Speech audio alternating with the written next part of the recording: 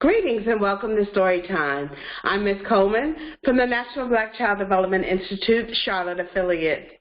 Today I'd like to read with you a story by an author who you may be familiar with, Ezra Jack Keats.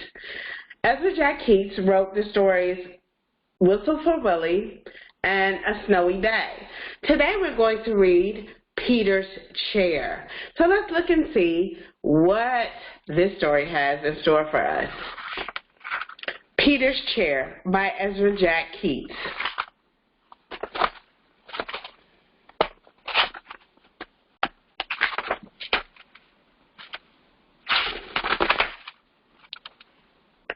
Peter stretched as high as he could. There, his tall building was finished. Isn't that neat? He used a good amount of his imagination for that. Crash! Oh no, down it came. Shh, his mom called. You'll have to play more quietly. Remember, we have a new baby in the house. How many of you have had a new baby in the house and you have to be really quiet and help mom and dad with the baby?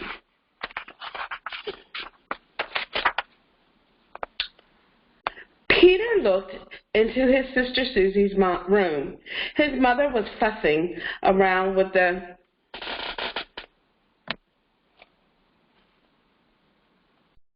Greetings and welcome to Storytime. I'm Ms. Coleman from the Black Child Development Institute, Charlotte affiliate. I wanted to share a story with you today called Peter's Chair.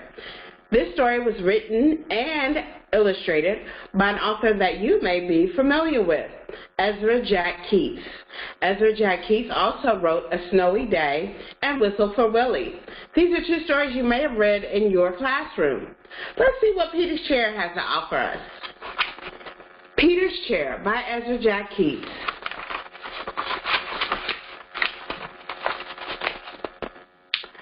Peter watched and stretched as high as he could. There, his tall building was all finished. It's really neat. Used a lot of imagination for that. Crash! Down it came. Shh! His mom called. You'll have to be very quiet when you play. Remember, we have a new baby in the house. How many of you have had a new baby sister or brother in the house? You had to be really quiet. Peter looked into his sister Susie's room. His mother was fussing around the cradle. Hey, that's my cradle, he thought. And they painted it pink. So they've taken some of his things for his baby sister. Hi, Peter, said his father. Would you like to help paint sister's high chair? That's my high chair, whispered Peter. And they were painting that pink too. He saw the crib and muttered, my crib is painted pink too? Oh. Not far away stood his old chair. They didn't paint that pink yet, Peter said.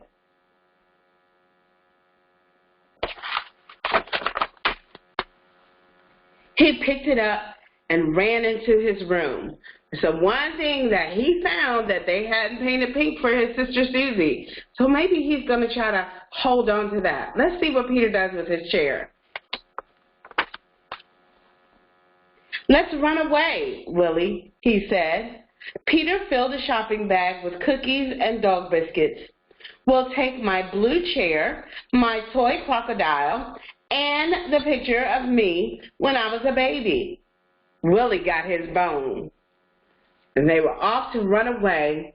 It seems that he was a little upset that they were painting all his things pink for his sister. Have you had to share stuff with your baby sister or brother?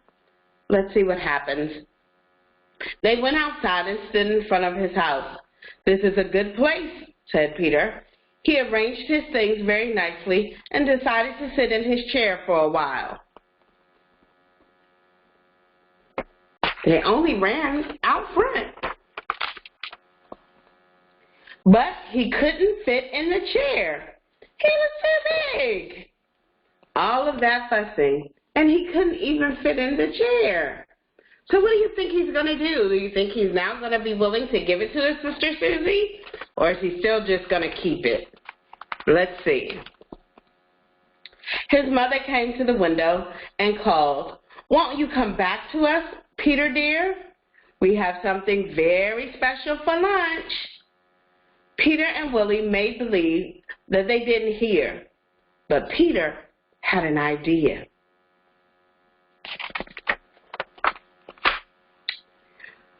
Soon his mother saw signs that Peter was home.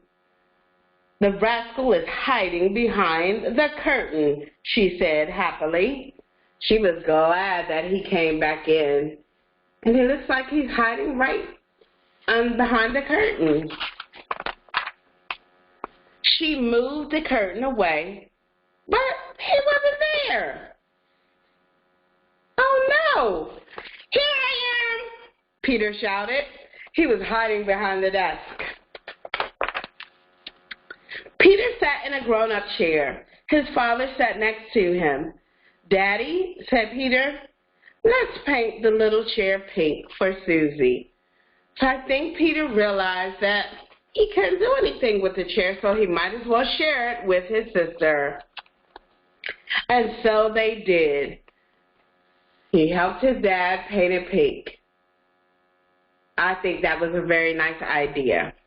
Although he could no longer use the chair, but he really, really loved that chair, and he didn't want it painted pink. But he decided to share it with his sister. So as we're in the midst of all this going on, it'd be nice if we read every day for at least 15 minutes. Active reading is so important.